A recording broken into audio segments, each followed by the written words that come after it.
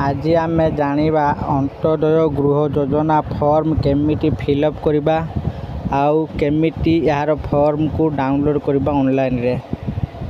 चलतु वीडियो को आरंभ करवा। वीडियो को आरंभ करने पूर्व आपण मानक मोर अनुरोध दयाकोरी आपण मैंने आम चैनल को सब्सक्राइब करूँ आउ वीडियो भल लगे वीडियो को लाइक शेयर और कमेंट करूँ। चलतु एबे वीडियो को आरंभ करवा।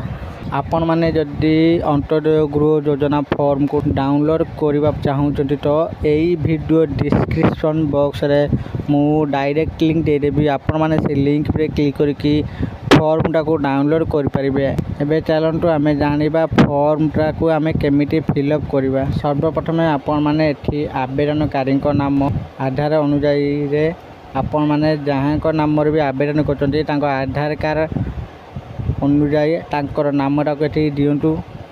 तापर तांकर पिता स्वामी नाम आधार अनुजाई दिंतु। तापर 3 नंबर तांकर ग्राम दिंतु आउ तांकर ग्राम पंचायत दिंतु, ब्लॉक दिंतु, जिला दिंतु, आधार कार्ड नंबरटा को दिंतु आउ मोबाइल नंबरटा को ये दिंतु। लिंगरे पुरुष कि महिला आपण मैंने ताकू दिंतु। तापर सामाजिक वर्ग SC ST संख्यालघु अन्य वर्ग तो आपण मैंने सामाजिक वर्ग हिसाब से आपणकर कास्टा को दिंतु। तापर 40% बा अधिक भिन्नक्षम हाँ कि ना जदि आपण 40% रु अधिक भिन्नक्षम होइथिबे तो आपण माने हाँ पे करेंगे नहले ना लिखि दिंतु। तापर जन्म तारीख दिन मास वर्ष हिसाब से आपण मानक आधार कार्ड रे जो डेट ऑफ बर्थ अच्छी तो आपण मैंने देखिए लिखुँ। तापर आपणकर बयस को दिंतु। आधार कार्ड हिसाब से आपणकर जिते वर्ष होचे आपण मैंने एठी दिंतु। तापर आपणकर बैंक नाम दिंतु। बैंक अकाउंट रे आपण पैसा नेबा पई चाहउचंती तो आपण मैंने से बैंक नाम दिंतु। शाखा और IFSC कोड दिंतु। तापर आपणकर जमा खातार नंबर दिंतु। सब दे सारा पर आवेदनकारी दस्खत तापर आपण मैंने जो तारीख रे अप्लाई करेंगे आपण मैंने से तारीख को ये दिंतु। तापर एठी घोषणा नामारे आपण मैंने प्राकृतिक किंबा मनुष्यकृत विपर्य अथवा हाथी उपद्रवर संपूर्ण भीषण भाव में प्रभावित परिवार जदि आपण मैंने होइथिबे तो आपण मैंने बॉक्स टिक करेंगे नहले अनटिक करेंगे। तापर सरकारी प्रकल्प निमंते स्थानांतरण आवश्यक करुवा आउ संरक्षित अंचल बसवास करुवा परिवार जदि आपण मैंने या भितर कौटा भी होइथिबे सरकारी प्रकल्प निमंते कौन स्थानांतर कौन स्थान को स्थानांतरित होबा बा संरक्षित अंचल जदि बास करुवे तो आपण मैंने टिक करेंगे नरेटा को छाड़देवे। तापर आपने मुख्य उत्पादनकारी अति कम 40% शारीरिक भिन्नक्षम थिबा परिवार यदि आपण परिवार रे कहीं जदि 40% रु अधिक जदि कहीं भिन्नक्षम थिबे तो आपण माने ए बॉक्स टिक करेंगे नलाटा को छाड़देवे। तापर नाबालक संतान थिबा विधवा महिला यदि कौन विधवा महिला तांकर नाबालक संतान थिबो तो आपण माने ए बॉक्स टिक करेंगे नलाटा को छाड़देवे। तापर 5 नंबर परिवार मुख्य निम्नलिखित गुरुतर रोग आक्रांत थिबा परिवार यदि आपण परिवार भितर जदि कौन व्यक्ति जदि कैंसर रे थिबे बा क्रोनिक फुसफुस रोग रे थिबे क्रोनिक बुक रोग HIV आक्रांत liver cirrhosis thalassaemia sickle cell haemophilia स्नायुगत अभाव अस्टिमज्जा किडनी लिवर प्रतिस्थापन तो आपण मानक परिवार जदि कहीं यही रोग रे पीड़ित थिबे बा आक्रांत थिबे तो आपण माने से बॉक्स को टिक करेंगे नहले ताको छाड़ी देबे। तापर कुष्ठ रोग मुक्ति जदि कहीं आपण परिवार थिबे तो आपण माने टिक करेंगे छाड़ देबे। मुक्त गोटी श्रमिक तो एटा भी जदि थिबे कहीं परिवार तो आपण थे टिक करेंगे नहले छाड़देवे। यदि आपण परिवार के कहीं जदि शहीद होते तो आपण मैंने ये बॉक्स टिक करेंगे नहले छाड़देवे। जातीय पुरस्कार प्राप्त जदि आपण परिवार कहीं जातीय पुरस्कार प्राप्त करते तो आपण बॉक्स टिक करेंगे नहले छाड़देवे। ଜାତୀୟ ଏବଂ ଆନ୍ତର୍ଜାତିକ ସ୍ତରରେ କ୍ରୀଡ଼ାବିତ। ଯଦି ଆପଣଙ୍କ ପରିବାରରେ କେହି ଜାତୀୟ ବା ଆନ୍ତର୍ଜାତିକ ସ୍ତରରେ କ୍ରୀଡ଼ାବିତ ଆପଣମାନେ ଏଇଠି ଷ୍ଟିକ୍ କରିବେ, ନହେଲେ ତାକୁ ଛାଡ଼ିଦେବେ। ଜଙ୍ଗଲ ଅଧିକାର ଆଇନ RA ହିତାଧିକାରୀ। ତ ଜଙ୍ଗଲ ଅଧିକାର ଆଇନରେ ଆପଣମାନଙ୍କର ଯଦି କୌଣସି ପରିବାର FIR ହିତାଧିକାରୀ ହେଇଥିବେ ତ ଆପଣମାନେ ଏ ବକ୍ସ ଟିକ୍ କରିବେ, ନହେଲେ ତାକୁ ଛାଡ଼ିଦେବେ। ତୁରନ୍ତ ଗୃହ ଆବଶ୍ୟକ କରୁଥିବା ପରିବାର, ତ ଆପଣମାନେ ଏଇ ବକ୍ସରେ ଟିକ୍ କରିବେ ହିଁ କରିବେ, ଏଟାକୁ ଛାଡ଼ିବେ ନାହିଁ, ନହେଲେ ଆପଣଙ୍କ ଫର୍ମ ରିଜେକ୍ଟ ହେବ। ତ ଆପଣମାନେ ଏଇ ବକ୍ସ ଟିକ୍। ତାପରେ ଦାଖଲ କରୁଥିବା ଆବଶ୍ୟକ କାଗଜାତ ଆଧାର କାର୍ଡ଼ ଫଟୋକପି ଦେବେ, ଜମିର ପଟ୍ଟାର ନକଲ ଦେବେ, ବ୍ୟାଙ୍କ ଜମାଖାତାର ପ୍ରଥମ ପୃଷ୍ଠାର ବିବରଣୀ ଦେବେ, ଆଉ ଜାତିଗତ ପ୍ରମାଣପତ୍ର ଏଟାକୁ ଦେବେ, ଭିନ୍ନକ୍ଷମ ପ୍ରମାଣପତ୍ର ଦେବେ, ସମ୍ପୃକ୍ତ ଚିକିତ୍ସା ଅଧିକାରୀଙ୍କ ଦ୍ୱାରା ପ୍ରଦତ୍ତ ରିପୋର୍ଟ।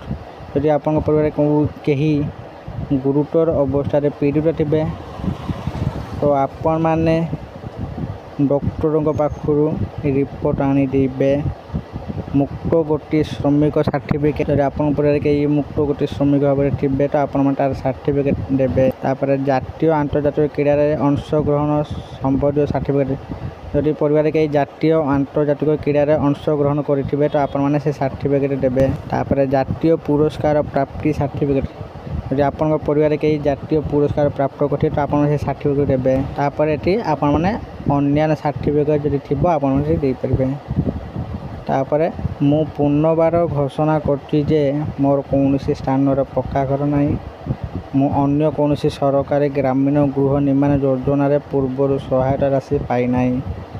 ମୁଁ କିମ୍ବା ମୋ ପରିବାରର କୌଣସି ସଦସ୍ୟ ସରକାରୀ ଉଦ୍ୟୋଗ ବୈଧାନିକ ଅନୁଷ୍ଠାନରେ ନିୟମିତ କିମ୍ବା ପେନ୍ସନଭୋଗୀ କର୍ମଚାରୀ ନୁହନ୍ତି। ତାପରେ ମୋ ପରିବାରର 4 ଚକିଆ ଯାନ ନାହିଁ। ମୋ ପରିବାରର କୃଷିଭିତ୍ତିକ 3-4 ଚକିଆ ଯାନ୍ତ୍ରିକ ଉପକରଣ ନାହିଁ। ମୋ ପରିବାରର ସରକାରୀ ପଞ୍ଜୀକୃତ ଅଣକୃଷି ଉଦ୍ୟୋଗ ଅନ୍ତର୍ଭୁକ୍ତ ନୁହେଁ। ମୋ ପରିବାରର କୌଣସି ସଦସ୍ୟ ମାସିକ ଆୟ 15,000 ଟଙ୍କାରୁ ଉର୍ଦ୍ଧ୍ୱ ନୁହେଁ।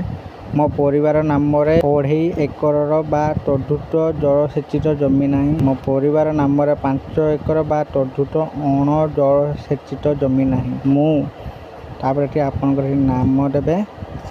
ସତ୍ୟନିଷ୍ଠ ଭାବେ ଘୋଷଣା କରୁଛି ଯେ ଉପଭୋକ୍ତ ସମସ୍ତ ତଥ୍ୟ ସଠିକ୍ ଅଟେ। ଦାଖଲ କରାଯାଇଥିବା ସାର୍ଟିଫିକେଟ୍ ସମ୍ପୃକ୍ତ ଅଧିକାରୀଙ୍କ ଦ୍ୱାରା ପ୍ରଦାନ କରାଯାଇଛି। ପ୍ରଦତ୍ତ ତଥ୍ୟ ଦସ୍ତାବିଜ ଅସତ୍ୟ ପ୍ରମାଣିତ ହେଲେ ମୋ ଦରଖାସ୍ତକୁ ଖାରଜ କରାଯିବ ଏବଂ ମୋ ବିରୁଦ୍ଧରେ ଆଇନଗତ କାର୍ଯ୍ୟାନୁଷ୍ଠାନ ଗ୍ରହଣ କରାଯିବ।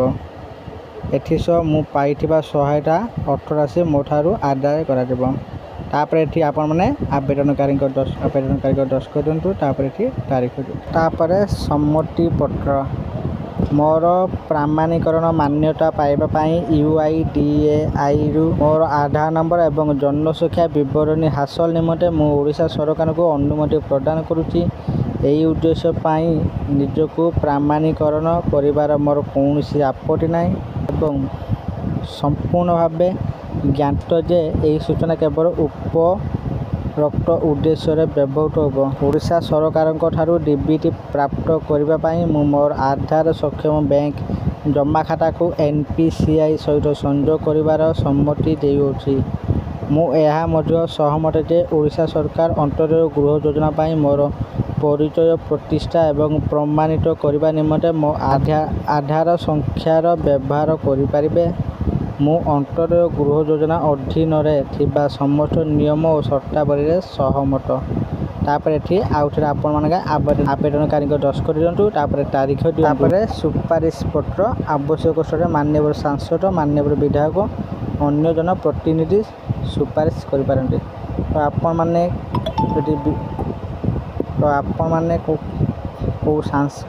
ଯଦି କାହା ମାଧ୍ୟମରେ ସୁପାରିଶ କରିବା ପାଇଁ ଚାହୁଁଛନ୍ତି, ସାଂସଦ ହେଉ ବିଧାୟକ ହେଉ, ତ ଆପଣମାନେ ତାଙ୍କ ପାଖକୁ ଯାଇକି ସୁପାରିଶ ଦ୍ୱାରା ବି ଆପଣମାନେ କରିପାରିବେ। ତାପରେ ତଳେ ଏଠି ଅଛି ଷ୍ଟାମ୍ପ ସହ ଦସ୍ତଖତ। ତ ଆପଣମାନେ ଏଠି କିଛି କରିବେ ନାହିଁ। ତ ଯେଉଁଠି ଆପଣମାନେ ଦାଖଲ କରିବେ ଏଠି ସେମାନେ ତାଙ୍କର ଷ୍ଟାମ୍ପ ଦେବେ ଆଉ ତାରିଖ ଦେବେ।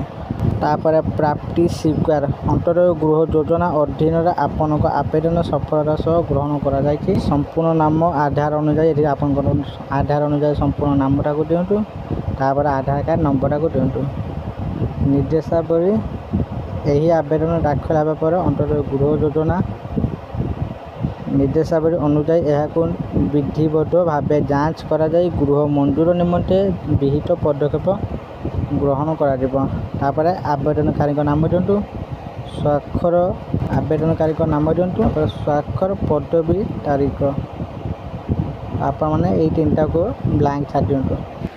आशा करछि आपन को भिडियोटी भल लगी आपण मैंने अंत्योदय गृह योजना फॉर्म केमी डाउनलोड करवा केमी कौन फिलअप करेंगे सबू ये वीडियो देखिए आप बुझी जाइए यदि आपण मानक भिडियोटी भल लगे वीडियो को लाइक शेयर आउ कमेंट करूँ आ प्रथम थोड़ा आम चैनल को आसला आम चैनल को सब्सक्राइब करूँ। धन्यवाद।